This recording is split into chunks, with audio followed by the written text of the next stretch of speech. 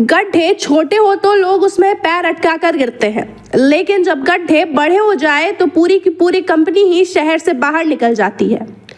बेंगलुरु की सड़कों पर बनी यही गड्ढे अब 10,000 करोड़ की कंपनी ब्लैकबक को निकल गए हैं।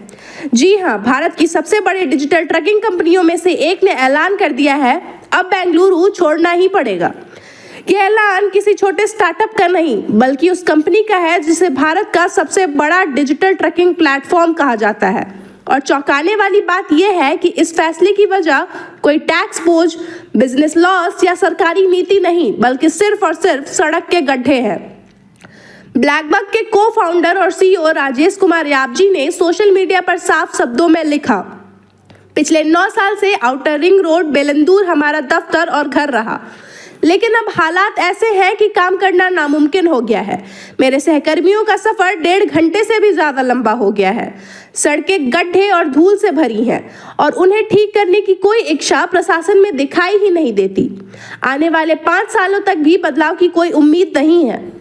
याबजी की ये पोस्ट केवल कंपनी की दिक्कत नहीं बताती बल्कि एक पूरे शहर के हालात बयान करती है।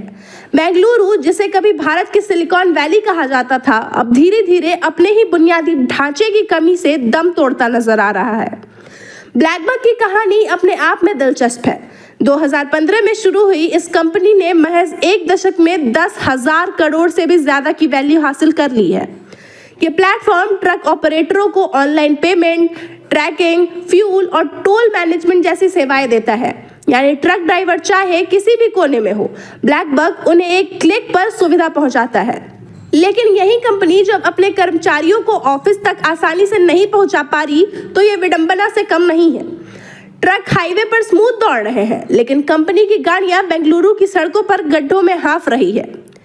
ये कहानी केवल एक कंपनी की नहीं है, ये उस बड़े सवाल का हिस्सा है जिसे उद्योग जगत बार बार उठाता आया है। क्या बेंगलुरु अपने ही आईटी कॉरिडोर को संभालने में सक्षम है? ग्रेटर बेंगलुरु आईटी कंपनियों और इंडस्ट्रीज एसोसिएशन पहले ही चेतावनी दे चुका है कि आउटर रिंग रोड पर ट्रैफिक, धूल और गड्ढे सिर्फ लोगों को परेशान नहीं कर रहे बल्कि कंपनियों की रफ्तार भी तोड़ रहे हैं। कभी कहा जाता था कि बेंगलुरु भारत का स्टार्टअप हब है, लेकिन अब ये तमगा खतरे में है। जब कंपनियां खुद यह मानने लगे कि अगले 5 सालों में भी कोई सुधार नहीं होगा तो ये सिर्फ एक प्रशासनिक नाकामी नहीं बल्कि भविष्य के लिए खतरे की घंटी है।